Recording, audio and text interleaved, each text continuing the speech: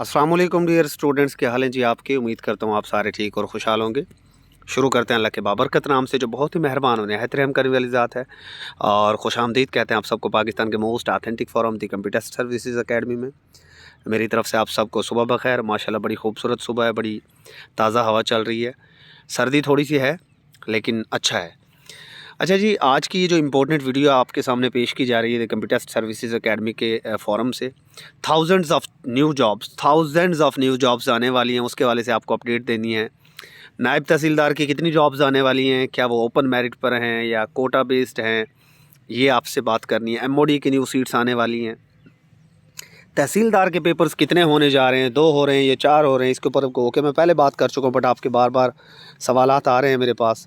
और next important update ये है कि तहसीलदार के पेपर्स कब होने जा रहे हैं, कैनाल पटवारी का पेपर कब होगा, लिटरेसी मोबिलाइज़र, बहुत ज़्यादा आज अपडेट्स हैं। बस दुआ करें कि मैं भूल ना जाऊं कोई एक आध यहाँ से अपडेट। कोशिश मेरी ये होगी कि सारी की सारी आपको बता दी जाएँ, बट मे भी कोई मिस भी हो जाए तो माफ़ कीजिएगा। तो पीपीएससी एफपीएससी की जितनी भी अपडेट्स हैं वो सारी की सारी आपके सामने अभी पेश की जाएंगी इंशाल्लाह। और उससे पहले हम आपको बता दें कि द कंप्यूटर सर्विसेज एकेडमी का 34th सेशन ग्रुप डी इंशाल्लाह 6 दिसंबर से स्टार्ट हो जाएगा, और ये हमारे 34th सेशन का लास्ट ग्रुप है। इसके बाद 34th सेशन में कोई ग्रुप स्टार्ट नहीं किया जाएगा, फिर नेक्स्ट एक न्यू सेशन स्टार्ट होगा। तो रात जो द कंप्यूटर सर्विसेज एकेडमी के सेशन में जो काम हुआ, 34 सेशन जो ग्रुप सी चल रहा है, उसमें इस वक्त जीके का लेक्चर 4 स्टूडेंट्स आपको प्रोवाइड किया जा चुका है। डे 4 का तकरीबन 1.1 आवर्स का ये लेक्चर था, और इस लेक्चर के अंदर हमने रात आपको कवर करवाया वर्ल्ड वार 1, आपको सारा का सारा कवर करवाया गया। देखें वर्ल्ड वार 1 में allied powers and central powers का क्या रोल था, बहुत इंपॉर्टेंट टॉपिक है ये। इसके कॉजेज़ एंड इंपॉर्टेंट इवेंट सारे के सारे करवाए गए। देखें एक लेक्चर में आपको कितना काम करवाया जाता है। साइक्स-पाइकोट एग्रीमेंट 1916, ये अपने आप में एक एमसीक्यूज़ है कि ये एग्रीमेंट कब हुआ था 1916 में। पीपीएससी एफपीएससी में अक्सर ये क्वेश्चन पूछा जाता है। रशियन रेवोल्यूशन अपने आप में एक क्वेश्चन है, 1917 में हुई थी। रशियन रेवोल्यूशन क्या थी, किस तरह हुई, ये सारी डिटेल कल आपको पढ़ाई गई। और आर्मिस्टाइज ऑफ 1918 का जो हुआ था, वर्ल्ड वार 1 को बंद कराने की कोशिश थी, ये भी क्वेश्चन पीपीएससी में पूछा जाता है। मतलब जो डेली टॉपिक्स का खुलासा है एकेडमी का, उसी में आपको 10-12 एमसीक्यूज़ मिल जाते हैं। ये बड़ी बात है कि आप लेक्चर सुनते हैं, उसके अंदर तो आपको बहुत ज़्यादा नॉलेज मिलता ही है, बट खाली जो आपको हम टॉपिक्स की जो लिस्ट देते हैं, जो डेली पढ़ाते हैं, वहीं से आपको काफ़ी ज़्यादा एमसीक्यूज़ मिल जाते हैं। उसके बाद नेक्स्ट ट्रीटी ऑफ सेवेर्स जो आपका था 1920, बड़ा इंपॉर्टेंट, ये पढ़ाया गया। एंड ग्रीको टर्किश वार, ये 1919 है, 1919 नहीं 1919 है, ये 1919 टू 1920, 1919 से 1922 तक जो ग्रीक्स एंड टर्किश के दरमियान जो लड़ाई लड़ी गई, उसे ग्रीको टर्किश वार के नाम से जाना जाता है। और आज भी आपको पता है कि ग्रीस एंड टर्की, जिसे तुर्की ये अब कहा जाता है, इनके दरमियान साइप्रस इशू आज भी चल रहा है। तो ये उस वक्त से चल रहा है। ये क्यों हुई थी लड़ाई, इसकी डिटेल ये सारी की सारी आपको रात पढ़ाई गई। ट्रीटी ऑफ लुचान 1923, जो 100 सालों बाद अब जाकर कहीं वो ख़त्म हुआ है, इख्तिताम पजीर हुआ। और उसके बाद वर्ल्ड वार 2 1939 टू 1949, बड़ी इंपॉर्टेंट वार है वर्ल्ड वार 2 एंड 1, ये सारी इंपॉर्टेंट हैं। एंड इनसे रेलेवेंट सारे के सारे जो इंपॉर्टेंट कॉजेज़ हैं, इवेंट्स हैं। हिटलर कौन था, उसका क्या रोल था, और इटली का उस वक्त सदर कौन था जिसे डिक्टेटर ऑफ दैट टाइम बोला जाता था, और उसका क्या रोल था उसके अंदर, all important causes and events. और उसके बाद एटॉमिक बॉम्ब्स का जो अटैक किया गया जापान के ऊपर यूएसए की तरफ से, हिरोशिमा और नागासाकी के ऊपर little boy and fat man के नाम से जो 2 एटॉमिक बॉम्ब्स गिराए गए, वो क्यों गिराए गए। और ये जो world war 1 and world war 2 हैं, इनके अंदर यूएसए का क्या रोल था, क्या यूएसए शुरू से ही शामिल था वर्ल्ड वार 1 में एंड वर्ल्ड वार 2 में, या बाद में शामिल हुआ, और अगर बाद में शामिल हुआ तो पहले क्यों शामिल नहीं हुआ था। ऑटोमान एम्पायर का क्या बना ये फर्स्ट वर्ल्ड वार में। ये सारे टॉपिक्स आपको देखें लेक्चर पहले प्रोवाइड किया जाता है। देखें ये लेक्चर आपको दिया गया है यहाँ पर, और उसके नीचे उसके पीडीएफ नोट्स हैं, ठीक है। और आज आपको लेक्चर नंबर 5 मिल जाएगा, कल टेस्ट हो जाएगा। मतलब हर 1-2 लेक्चर्स आपको मिलते हैं, हर 1-2 लेक्चर्स के बाद आपका ऑनलाइन टेस्ट होता है। डेली एक लेक्चर मिलता है 1 घंटे 1.5 घंटे का, उसके पीडीएफ नोट्स मिलते हैं, एंड तकरीबन हर दूसरे दिन आपका टेस्ट हो रहा होता है। और एकेडमी की तरफ से टोटल 60 आपके टेस्ट लिए जाते हैं, 60 ऑनलाइन टेस्ट 100 डेज़ के सेशन में, 60 ऑनलाइन टेस्ट, और ये स्मार्ट टेस्ट होते हैं। इसके अलावा आपके तकरीबन 10 आपके ग्रैंड टेस्ट भी हो जाते हैं। मतलब जैसे ही एक सब्जेक्ट फाइनल होता है तो उसका ग्रैंड टेस्ट लिया जाता है। जैसे अब ये जीके फाइनल होगा तो इंशाल्लाह इसका एक ग्रैंड टेस्ट भी लिया जाएगा, जो कि तकरीबन 80 या 100 मार्क्स का होता है। 80 टू 100 मार्क्स पर मुश्तमिल वो आपका टेस्ट होता है। तो एक बेहतरीन आपको सेटअप मिल रहा है, तो आप लोगों को ज़रूर ज्वाइन करना चाहिए। इंशाल्लाह जो अकेडमी का 34 सेशन ग्रुप डी होगा वो इंशाल्लाह 6 दिसंबर से स्टार्ट हो जाएगा, 6 दिसंबर 2023 से, ये पहले से आपको बता रहे हैं, और ये लास्ट ग्रुप होगा हमारे सेशन का। अब चलते हैं हम आज के अपडेट्स की तरफ। जो जॉब्स आई हुई हैं वो पहले मैं आपको दिखा देता हूँ, जो जॉब्स अपकमिंग में हैं और जिनका एनओसी मांगा गया है। देखिए जी, ये सबसे पहले आपको ये 20 सितंबर 2023 का आपके पास ये ऑफिस मेमोरेंडम है, और यहाँ पर 283 सीट्स की बात की गई है, BPS 1 टू BPS 11। और ये जनाब Pakistan coast guards under the ministry of mentioned in the OM, वो डिटेल बाद में देख लीजिए। पाकिस्तान कोस्ट गार्ड्स में स्केल नंबर 1 से स्केल नंबर 11 तक की जॉब्स आने वाली हैं, एंड 283 पोस्ट्स हैं, अच्छी खासी पोस्ट्स हैं। इनकी प्रिपरेशन अकेडमी करवाएगी। वेलकम है जी आपको, जो भी ज्वाइन करना चाहे। उसके बाद एनओसी मांगा गया है तो एनओसी भी मिल जाएगा, ऑफ कोर्स मिल जाएगा। और ये हालांकि पुराना लेटर है, बट ये अब बहुत जल्द सीट्स आपके सामने आ जाएंगी। उसके बाद directorate general immigration and passports के अंदर सीट्स आने वाली हैं फेडरल पब्लिक सर्विस कमीशन के थ्रू। ये भी सारी की सारी अच्छी पोस्ट्स हैं। यहाँ पर ये देखें, 200 तकरीबन 26 सीट्स आपकी हैं, जिसके अंदर 5 सीटें असिस्टेंट डायरेक्टर की हैं 17वें स्केल की, 2 सीटें नेटवर्क इंजीनियर की हैं 17 स्केल है, ये भी सिस्टम इंचार्ज की हैं 17वें स्केल की, सॉफ्टवेयर इंजीनियर है, सिस्टम ऑडिटर, तो ये डिवीजन आ गई हुई तकरीबन 17 स्केल की। ये असिस्टेंट मैनेजर इन्वेंट्री, ये इनमें से बहुत ज़्यादा सीट्स 17 स्केल की हैं, और इनमें से काफ़ी सारी सीट्स ऐसी होंगी जिनका जो पेपर है वो जी के बेस्ड होगा, जो हमारे सेशन में 100% आपको कवर करवाया जाता है।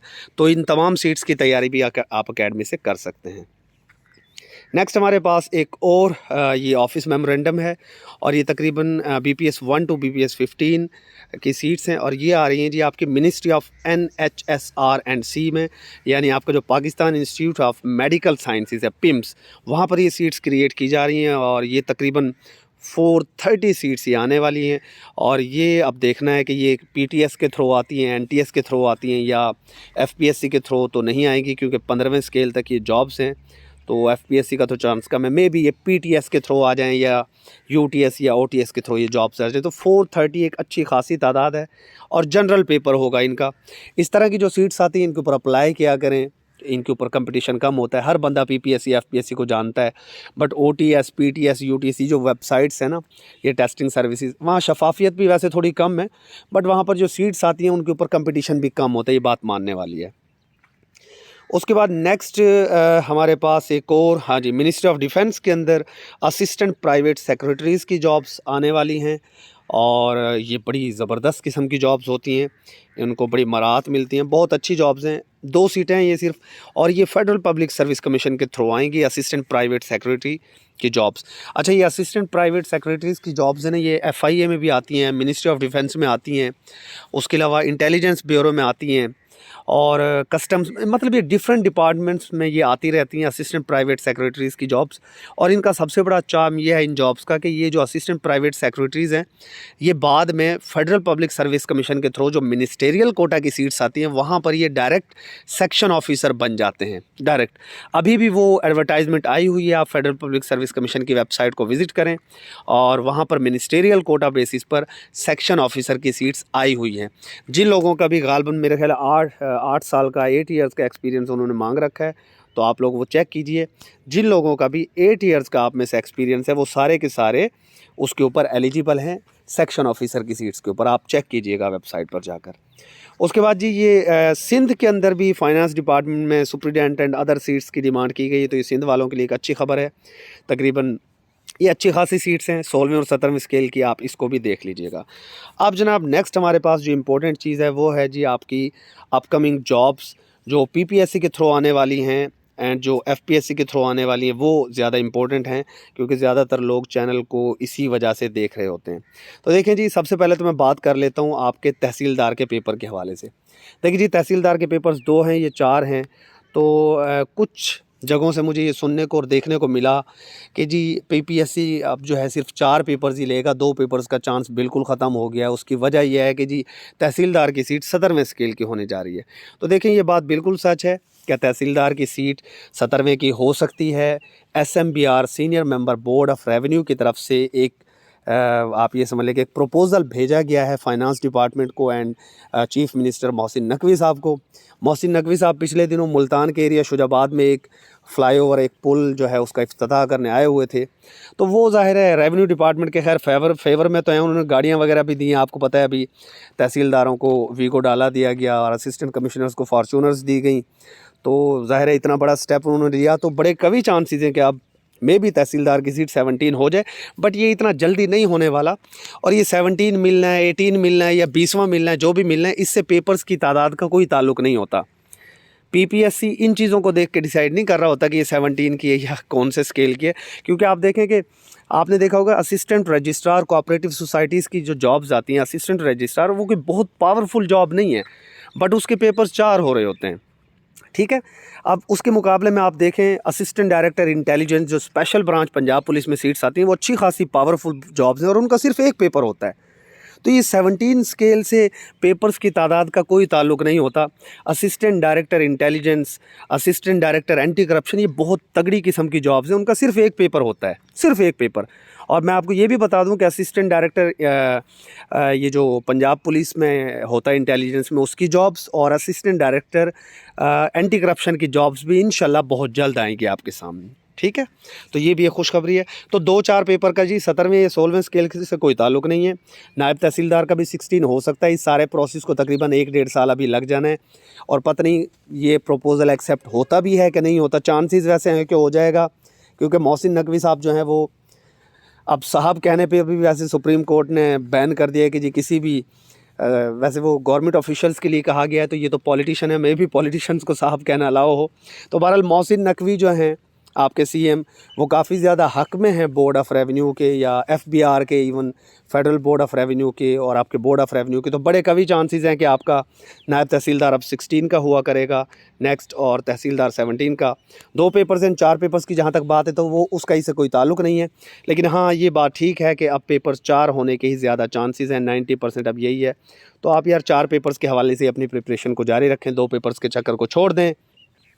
अपकमिंग जो सीट्स हैं नायब तहसीलदार के, उसमें पेपर 2 होंगे, ये 4 ये पीपीएससी उस वक्त आपको बताएगा, अभी से उसकी टेंशन ना लें आप। नेक्स्ट इंपॉर्टेंट बात, आपको कुछ जगहों से पता चला होगा कि जी नायब तहसीलदार की न्यू सीट्स आ रही हैं, तो इसके ऊपर मैं पहले भी एक वीडियो बना चुका हूं। मैं मज़ीद आपको बता देता हूं कि नायब तहसीलदार की जो सीट्स आने वाली हैं वो ओपन कोटा की अभी नहीं है। उसकी वजह मैं आपको बता देता हूँ कि जो भर्तियाँ हुई थी अभी लास्ट में नायब तहसीलदार की, तो जिन लोगों ने भी वो सीटें छोड़ी, जैसे कुछ लोग असिस्टेंट एसएनजीएडी पर चले गए नायब तहसीलदार को छोड़कर, कुछ अभी हमारे दोस्त 1-2 अब जैसे मलिक अबू बकर साहब हैं, माशाल्लाह सलमान हैदर हैं, वो assistant director intelligence special branch Punjab police में सिलेक्ट हो गए, तो वो चले गए।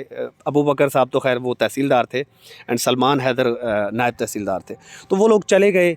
एक माशाल्लाह सीएसएस करके सीएसपी ऑफिसर बन गए। तो कुछ लोग निकल गए हैं 4-5, लेकिन बात यह है कि वो लोग जो लोग पहले निकले हैं ना, मतलब एक टाइम होता है, उस टाइम के अंदर अगर कोई निकल जाता है तो नीचे से न्यू लोग आ जाते हैं ऊपर। तो बहुत ज़्यादा सीट्स अभी तक क्रिएट नहीं हुई है, 2-3 सीट्स जस्ट क्रिएट हुई हैं।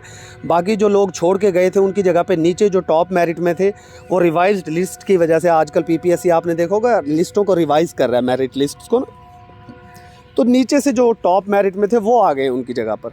तो इतनी सीटें खाली नहीं है कि पीपीएससी फ़ौरन से जनाब 2 सीटों के लिए नायब तहसीलदार के लिए एडवर्टाइज़ कर देगा। ये फेडरल पब्लिक सर्विस कमीशन में ज़रूर होता है कि सीट एक भी हो तो वहाँ पर ज़्यादातर एडवर्टाइजमेंट आ जाती है। पीपीएससी में अमूमन इस तरह नहीं होता। तो नायब तहसीलदार की जो अपकमिंग सीट्स हैं वो जनरल सीट्स नहीं आने वाली, वो कोटा बेस्ड सीट्स होंगी और वो खाली हैं काफ़ी अरसे से और वो आनी है। लेकिन उसके ऊपर जो डिपार्टमेंट के लोग हैं सिर्फ वही अप्लाई कर सकेंगे। न्यू लोग अभी इस उम्मीद को छोड़ दें कि नायब तहसीलदार की कोई ओपन कोटा की सीट्स आने वाली हैं, वो उसको अभी बहुत देर है। तो मैं आपके सामने क्लियर बातें रख देता हूँ, झूठी तसल्ली, झूठा दिलासा मैं देने का आदी नहीं हूँ। लेक्चरर के हवाले से आप लोगों का बार बार सवाल आता है, तो लेक्चरर्स के हवाले से मेरे सामने कोई इस तरह की चीज़ नहीं आई, ना ही मैंने कभी आपसे कहा कि लेक्चरर की सीट्स आने वाली हैं। अभी देर है, थोड़ा सा टाइम लगेगा, मे भी इलेक्शन के बाद इसी तरह PMS मिनिस्ट्रियल कोटा, उसके लिए बातें चल रही हैं, वो देखें उसका कुछ अभी क्लियर ही नहीं हो पा रहा।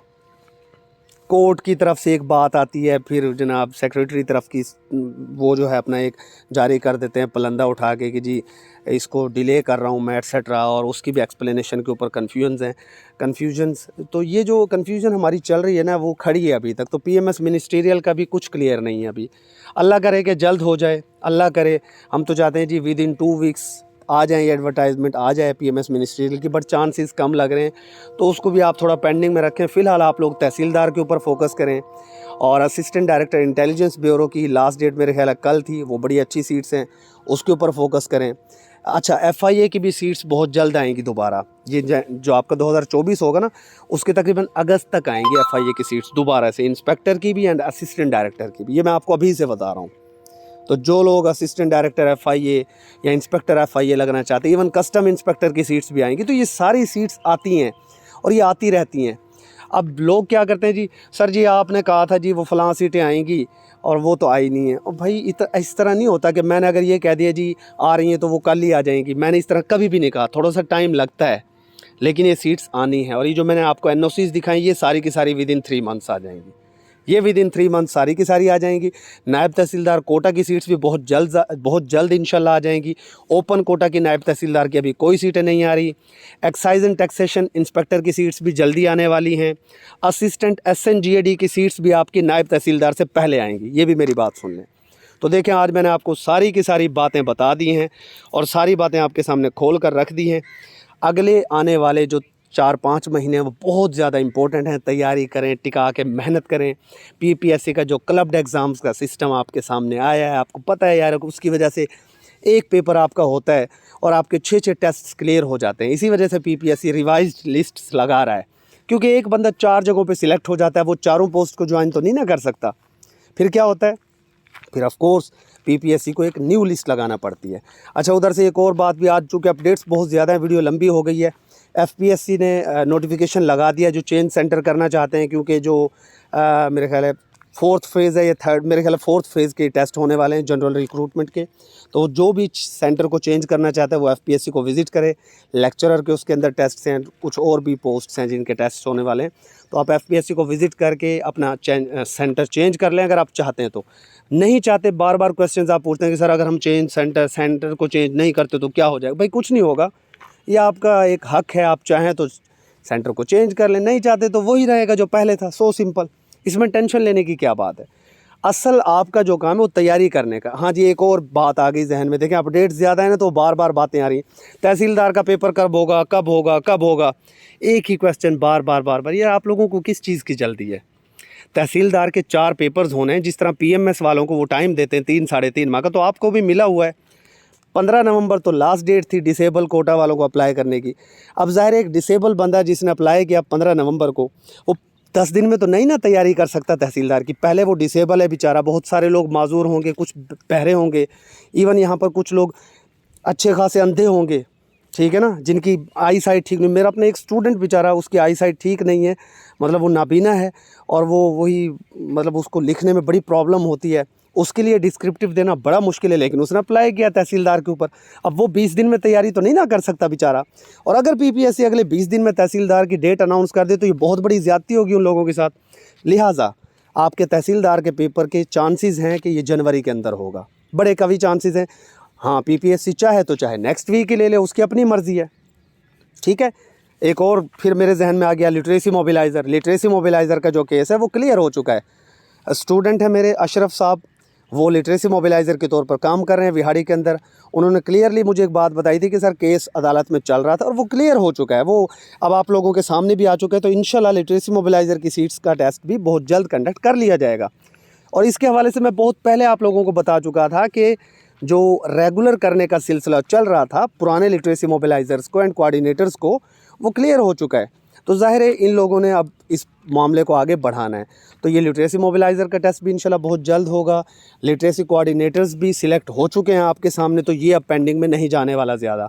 कैनाल पटवारी का जो टेस्ट है नेक्स्ट फेज़ का, वो बहुत जल्द आ जाएगा। विद इन 2 वीक्स आपके सामने वो क्लियर हो जाएगा। तो कैनाल पटवारी वाले लोग उसकी वो भरपूर तरीके से तैयारी करें। 50% कंप्यूटर के ऊपर फोकस रखें। 50% कंप्यूटर में आपका उन्होंने क्लियर कर रखा है। MS वर्ड है, एक्सेल है एंड आपका बेसिक कंप्यूटर है। पावर पॉइंट शामिल नहीं है। गो के 1-2 सवाल वो पावर पॉइंट के डाल देते हैं, बट कम चांसेस हैं। पाक MCQs के ऊपर जो कंप्यूटर पड़ा हुआ है वो सारा कर लें। हमारी एकेडमी की जो फाइल्स हैं, लेक्चर्स हैं, वो कर लें। इंशाल्लाह आपके 50 में से एटलीस्ट 46-47 स्कोर आ जाएगा। और जो शख्स 50 में से 45-6 यहाँ पर ले गया कैनाल पटवारी में, उसका कैनाल पटवारी का टेस्ट ईजिली क्लियर हो जाएगा। तो आज मैंने आपको बहुत ज़्यादा अपडेट्स दे दी हैं। नेक्स्ट वीडियो तक के लिए स्टे ब्लेस्ड। अल्लाह हाफिज़।